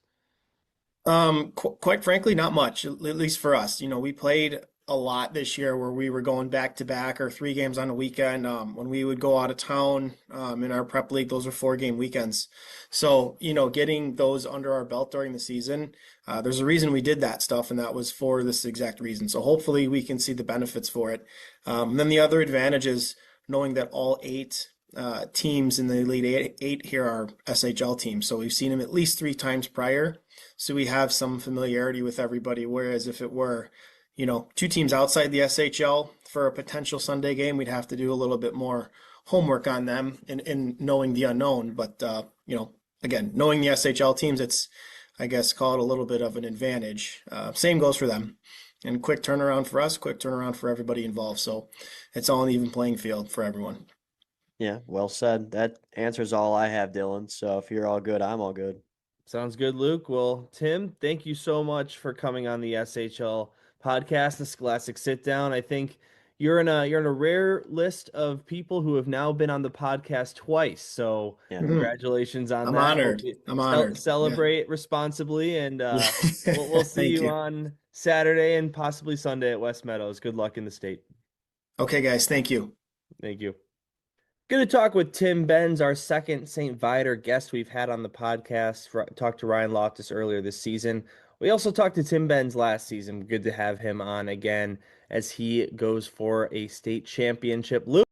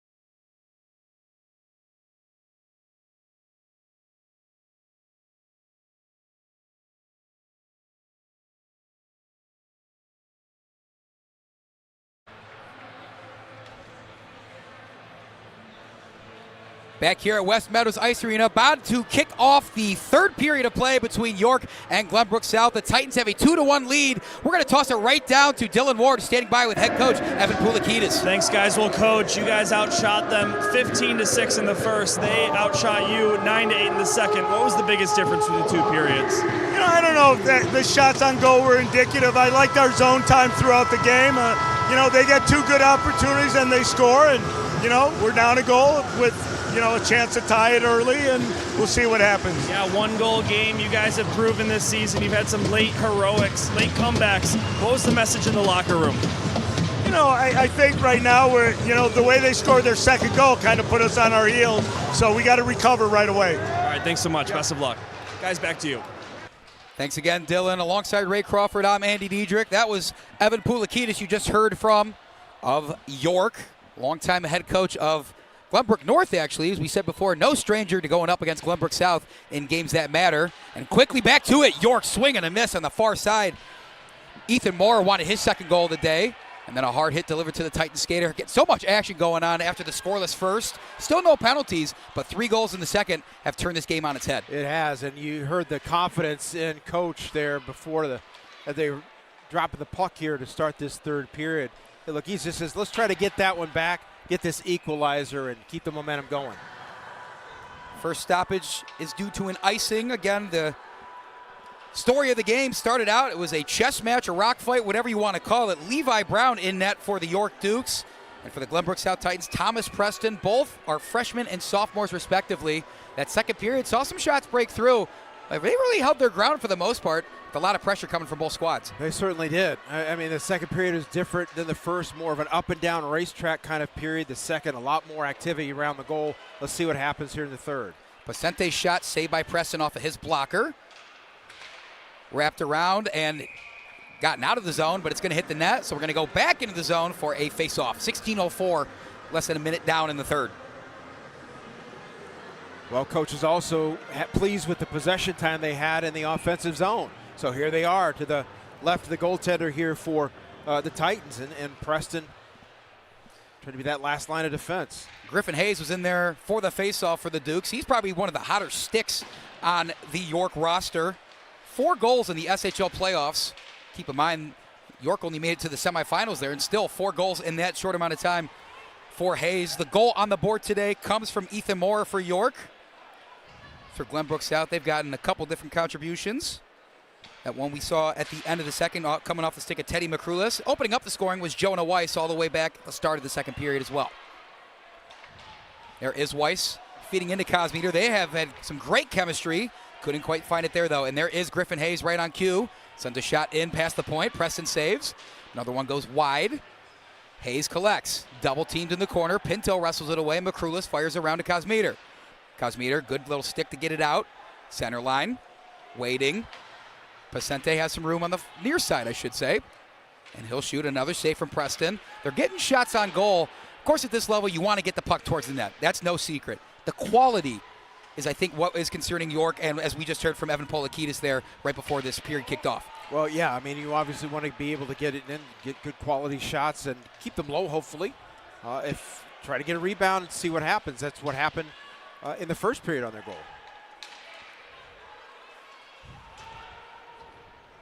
Pretzi fires. Preston steps out of the net quickly, has to get back. Charging in there towards the puck, Mitch Fafinski. To the middle, Boris slicing, dicing, but Pretzi steals it away. Had a 4-on-1 Boris faced. Now it's sent in. Maybe a Titan skater coming off. Preston will exit. Through the middle, no one's home. Far side sent in, but blocked in the middle. Gavin Brown in the way of that one. High bouncing puck over the referee. And that looks like it actually hit a player on the bench before it came back in. Well, a little bit of a break here, it looks like, for Glenbrook South, and the Titans will bring it back down and get a face-off here to the left of Levi Brown, and just continue to do the things that they did in the second period. Get pucks on net, win these face-offs, maintain possession, keep the time in their zone. I'm sure they would like to do that as well. Winner of this quarterfinal game goes to the Final Four, the state semifinals.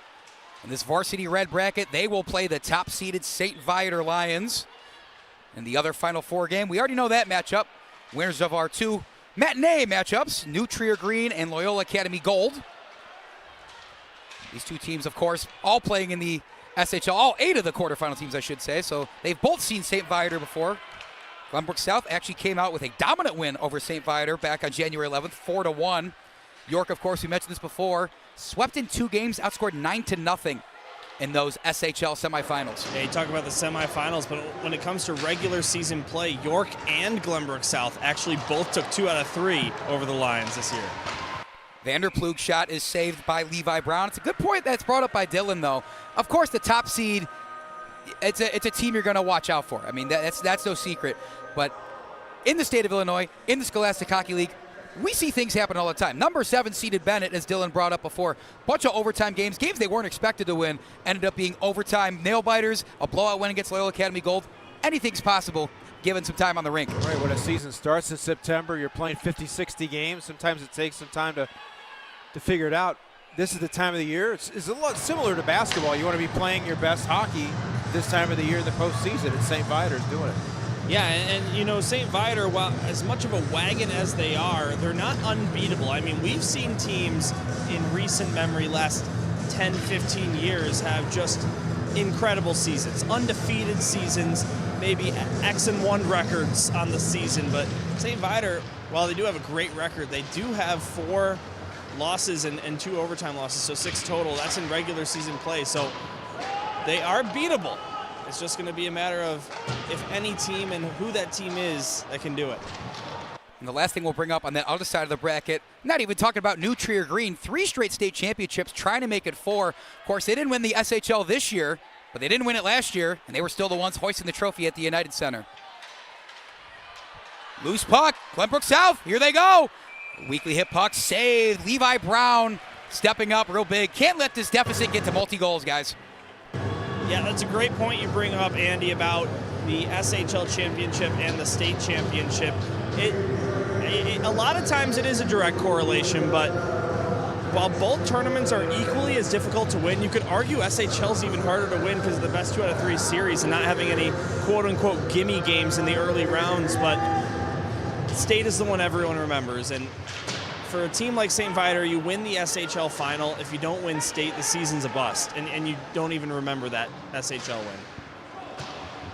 Just the sort of pedigree that is drilled into a lot of these teams, especially St. Viator. Head coach Tim Benz, of course, running a strict program over there, and it's bearing some great fruit for them. These 2 teams are going to have to go up against them, but right now, still in a dogfight, right? It's good to remember, we got a heck of a hockey game going on in front of us. Is this third period going to be more like the first with the stalemate, or the second where someone's going to break through? Oh, my gosh, maybe it's going to be a little mix of both. Who Sure. knows? I mean, we did get a 2-on-1. We did get some breakaways there on the couple of goals here tonight, but there's also been a little bit more presence, net presence in front, and trying to block the vision of these goaltenders. It seems to be the only thing that's able to slow them down. So, you know, right now it seems like a little bit of up and down.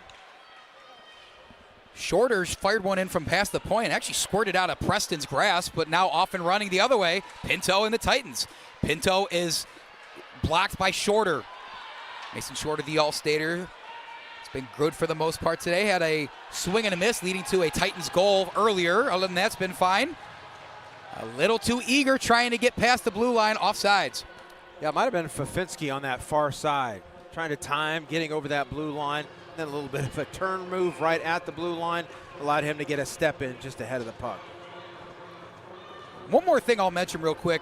We've said it before in the previous periods. Still nobody visiting the penalty box at all in this game. Dylan, you're probably the SHL savant if Sam's not sitting next to you and available. Has this ever happened before? Yeah, you know what? It's funny you bring that up. Glenbrook South lost a game 2-1 to Stevenson earlier this season, which was a big upset in its own. But that was the only game of the SHL season, regular season and playoffs, to feature exactly 0 penalties. What if we got another game like that in the Elite 8 of the State of Illinois Championship? Could you imagine? Both these teams playing clean, still playing hard. More physical hockey coming, and another save by who else? Thomas Preston, number 41, stands tall. Gosh, again, this game keeps creeping along. We talked about it last period. Gosh, could this be? Are we in final score type territory here? You would think as much as York is being able to put the puck on net, that the percentages have to catch up to them at some point to tie this one with 11:07 left. Off the face-off, Titans control. Flicked up ahead, Jonah Weiss. He kicked our scoring off all the way early in the second. Weiss stays out there. Alongside Braden Mendoza, Ventura. And wrapped up in the corner over there with Will Fagan and Owen Cosmeter. Still fighting for it. More physical hockey. Puck is funneled out and then brought back in momentarily. Up ahead on the breakaway, another bouncing puck over Cosmeter's stick. He's been the one that seems to lead the charge on these breakaways and is a big reason why they have one of these 2 goals on the board. Yeah, it certainly is, and a good job on the back end by Fagan. Battling for that puck on the board, goes down on his stomach, finally at least gets a stick on it to get it out of the, to get it out of the zone. And, now with our back here in front of Preston one more time to his left, and see if York can get some control here, maintain possession in the zone. A lot of the brothers on the team of Glenbrook South really leading the way today, whether it's the brothers Fagan or Graham and Asher Vanderplug, Thomas and Charlie Preston. Another bouncing puck. No one's home on the opposite side. McCrulis is going to race Pretzi to it and will get his stick down. That one he gets wrapped around. Orbiting, trying to get there first for a moment, was Charlie Preston. Excuse me, that was two tie, excuse me. Under 10 minutes to go, 2-1 still lead Glenbrook South. Trip to the state semifinals on the line. Pinto around the nets. McCrulis, open space. Trying to find Vanderplug, couldn't do so. Mason Shorter sends it back. Backhanded chance, Lucas Fagan. Some more back and forth going on. It's Vanderplug at the center. Has McCrulis on the near side. Cosmeter in the far one. Sends that one past too many lines. Another stoppage for icing. Well, a lot of back and forth, a little ping pong going on in the neutral zone. Everybody's kind of looked for, get established the zone, get a little bit of room and some space. Maybe even get behind a couple of defenders, get it a little odd man going. But the mental focus of these 2 teams at this point in this game is pretty impressive. You don't see a lot of mental mistakes. You don't see someone left open. You don't see someone behind the puck, out of position. Saved off of the chance there. It looked like Ethan Moore wanted goal number 2. He was in there with Spano. Now it's Moore near corner, around the net, inside, fed, blocked out. Ventura off and running. He's going to be double teamed. We'll just feed it in, maybe dump and chase. He will pursue it. York looking to get back. Spano demands the puck near the blue line. Still no call from the referee. Bodies flying. Have not seen an arm up yet tonight. Titans looking to capitalize. Save in front. Pounced on Levi Brown. Yet another save for the young freshman. Well, what a great opportunity, kind of getting free, coming out of that corner. Oh, this is back at the other end. And kind of a barrage there right in front of Preston Thomas, or Thomas Preston rather, as he's able to fend that off. And then back at this end. Good opportunity. Good look. Makes a couple of nice stick moves. Good strong hands. Gets a shot off. Turned away. Face off to the left. Shots on goal stand 29-18. York leading that. 6-3. They also lead in the third period. In front of the Titans. Goodness gracious. 2-tie. Nearly had it. Now it's going to be reversed far side. Will Fagan. Nice set of moves, but stolen away. Jimmy Spano. Spano versus Preston. Who will win? Preston saves. Freezes the puck.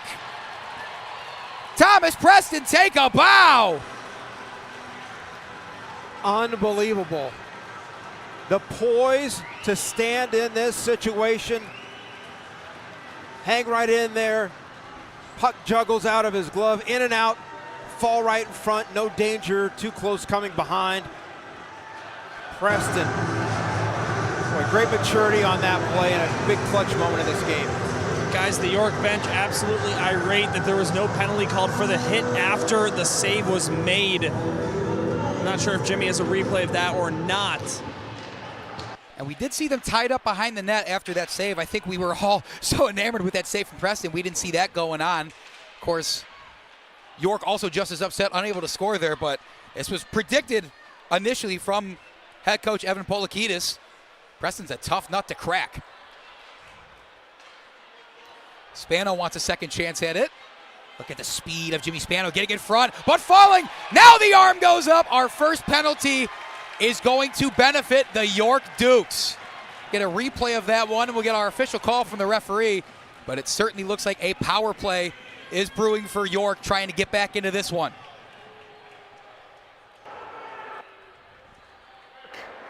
Two minutes, hooking.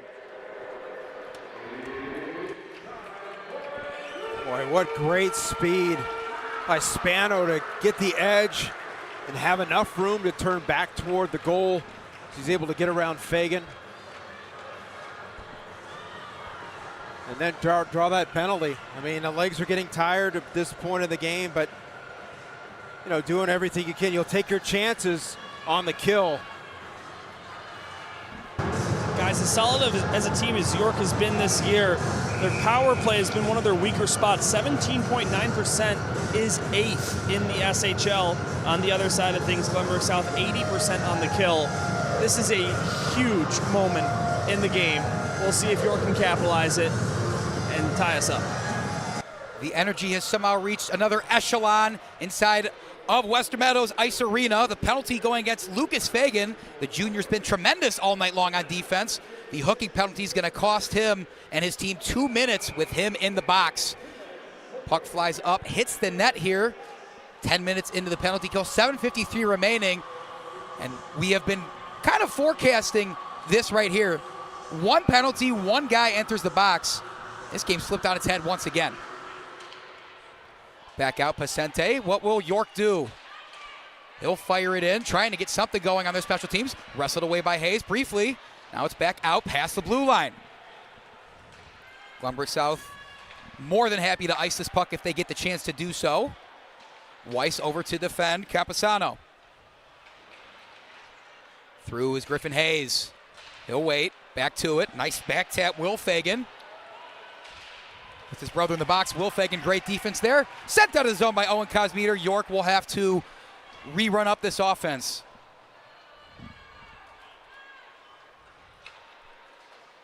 Controlling first, Moorer. Past the center line, far side, Shorter.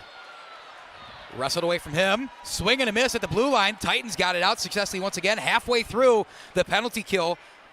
As Dylan mentioned, one of the best in the SHL at it. York needs to cling to whatever they can. Spano wants another chance at the goal after that amazing save from Preston earlier off the skate of his defender.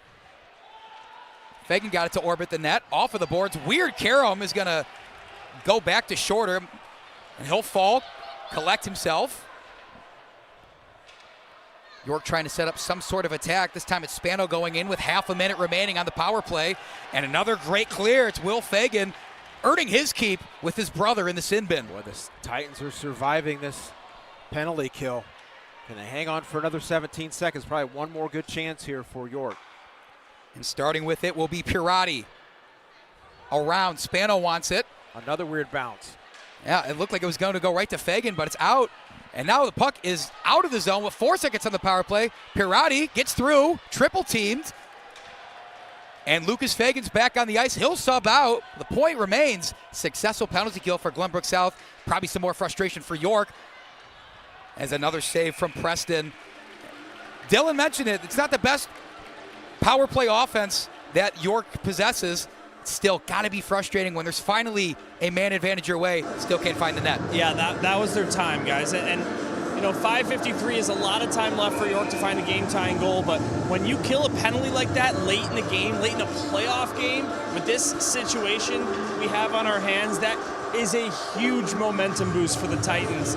York is going to have to really dig into their bag and figure out some juice to tie this one.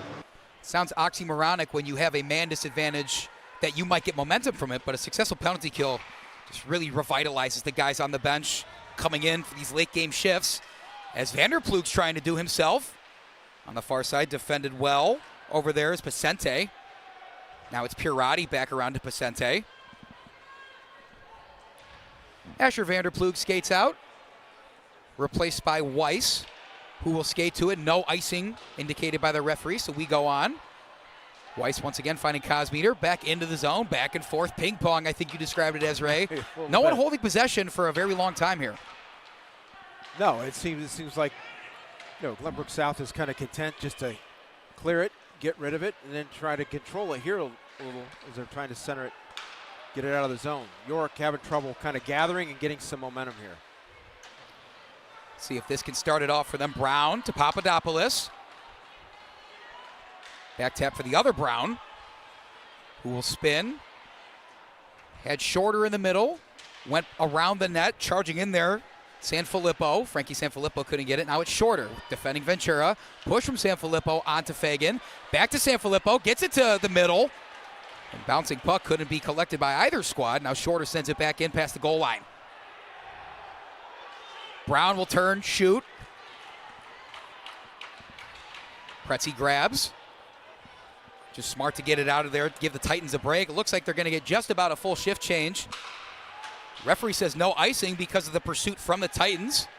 So they're going to have to shape up with this new line in. Camposano to his rights. Papadopoulos through the middle. Camposano in front. Poked out of there. Another good stick in there. Braden Mendoza. Point blocked. We're under 4 minutes and counting. The score holds. Gotta wonder if and when Evan Poulikitis might pull Levi Brown out of net. So far, he still stands in his crease. Action remains in front of the Titans' goal. Bouncing over Asher Vanderplug. Back tap gets it out before he absorbs another hard hit into the far side. Pretzi skates, knocks over Mulvey. Mulvey did just enough to allow his teammate Mendoza to grab. Another high arcing one. Tutai will send it in. Coming out briefly was Brown. He's got to get back in front of his net. Levi Brown does. More hard hitting, shoving. O'Leary gets it just out. Referee's got his hand raised. And now we will finally get a stoppage with 3:14 left. Tickets are on sale now for the Illinois Boys Varsity Combined and Varsity Red High School State Championships at Allstate Arena on March 6th. For tickets, visit ChicagoWolves.com/state championships. And as it seems right now, Glenbrook South inching closer to the Final Four spot that might get them to that state championship. They got 3 minutes in front of them. Yeah, quick turnaround coming tomorrow. That's got to be a challenge for anybody, especially St. Viator, comfortable win. Guys, big collision right in front of me. Camposano and Fagan. Yeah, certainly was a lot of bodies flying over. Some more hard hits in front of you, Dylan. This time it's Pirati delivering that one. Anthony Pirati showing some enforcing abilities. Bouncing puck nearly squirted by Preston. There's a hit after the whistle. We're going to see something here.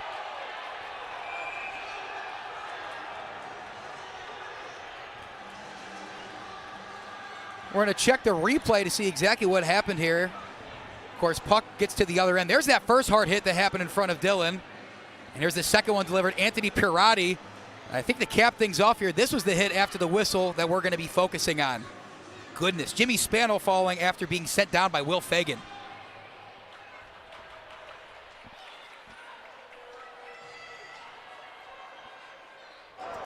So guys, we have coincidental penalties here against Fagan and Spano. It'll keep us at 5-on-5 in this pivotal moment of the game. But Will Fagan, great defensive player for the Titans, gets a lot of time on the penalty kill.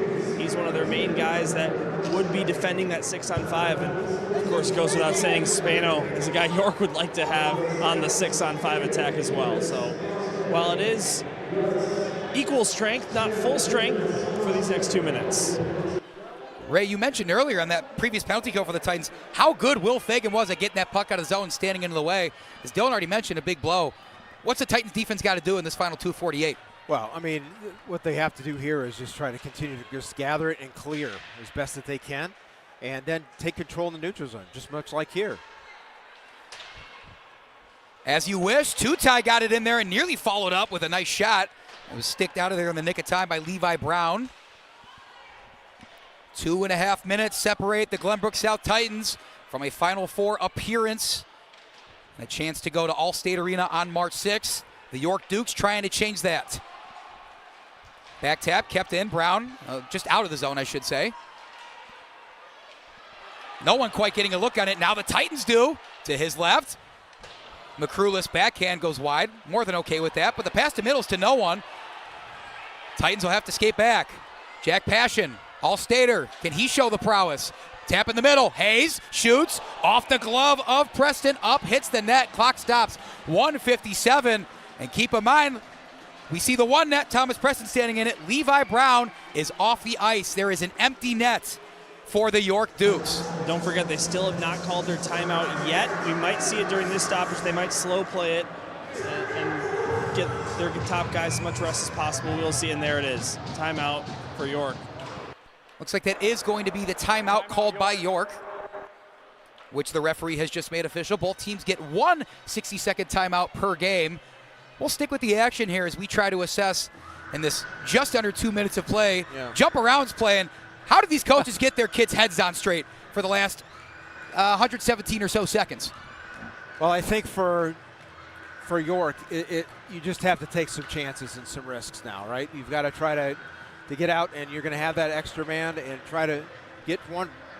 Try to here past Preston. And for the Titans, I was a little bit surprised in that last possession in their own zone that they threw it back toward the middle, toward the direction of York's goal. Thought might be an opportunity here to really try to just play keep away. If they have the puck, you try to keep it, pin it up in the corner, gum things up, and try to run some clock off. They weren't able to do it. So now we're in a situation here where 1:57 left, and we'll see what happens here. It's going to be, I think, a wild and crazy final 2 minutes. That is for certain. The clock being the friend of one team, the enemy of another. If you're just joining us for this final installment of our quarterfinal action today here in Rolling Meadows, how did we get here? This 2-1 score between Glenbrook South and York. Scoreless first period, but the Titans answered 2 goals in the second from Jonah Weiss and Teddy McCrulis. Ethan Maurer, the lone goal for York between those two. 1 power play for York in the third. Could not convert on it, and that's all for power plays. 6-on-5 they have with an empty net. Under 2 minutes to go. Shorter, near the point. To the middle, Brown fires, but it goes high and wide. Another weird carom off the glass goes right to a Titan skater. And Asher Vanderplug still kept in. York's got to be careful given the empty net behind them. Passion, give and go. Shoots near the point, bouncing, goes over. McCrulis wants to shovel it out, but couldn't. Passion to his right, bodies in the middle, couldn't find a lane. Shorter runs into trouble. Passion off a couple guys, bouncing puck, sticked out of there, Preston. 1:20 to go. Shove in the back, that's going to be a penalty against Glenbrook South.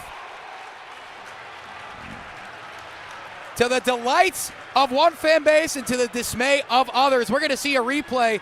This one could be a big one, guys. Yeah, Vanderplug just kind of runs into him. Sends him head first into the boards. Clearly a dangerous play. Glenbrook South penalty number 23, 2 minutes cross-checking. You're exactly right, Ray. It's number 23, Asher Vanderplug, entering the box.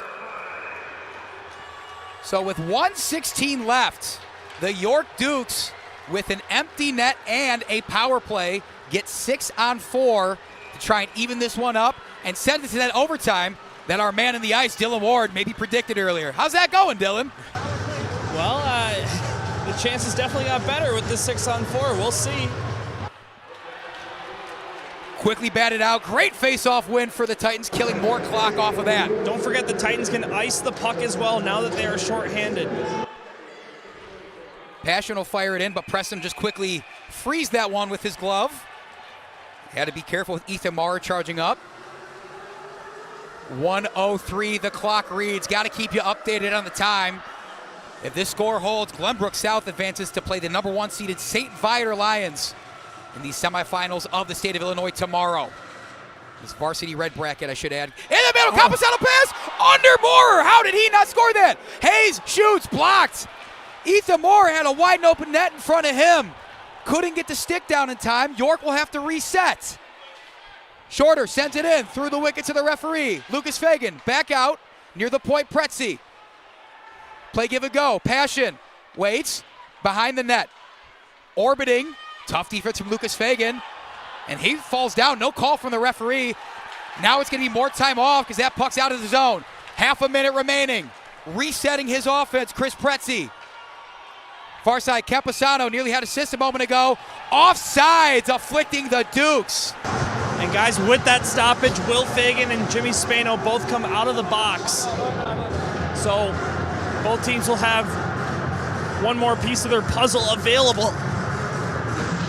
It's a great point Dylan brings up. Of course, Jimmy Spano, one of the all-state forwards for York, was sitting out for a little bit alongside Will Fagan of the Titans. A good forward and a good defender both out. Now they're both available to be in for this final 20 seconds, off and running. York under Spano, who just re-enters. Now it's into the opposite zone. Cosmeter sends in. 15 seconds, last gas for York. Under Cosmeter. Passion chasing Will Fagan, 8 seconds. Fagan's behind the net. Camposano couldn't grab. Outside of the zone. Time ticks off. And it's party time for the Titans. They win 2-1, punching their ticket to the state of Illinois Final Four. Boy, they really had to fend it off there right at the end. Unbelievable. York had the opportunity. If you could draw up a chance for them to tie this game, that would have been what they would have asked for if they could have wished for something.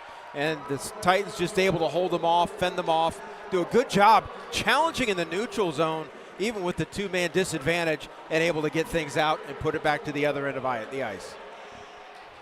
Well said, Ray. 2-1 advantage Titans. What a season for both squads. An unfortunate end for York, who won their first SHL playoff series in 8 years. Another run to the Elite Eight, just like last year. Falls short of the Final Four, but Glenbrook South punching their first ticket after falling a game short last year.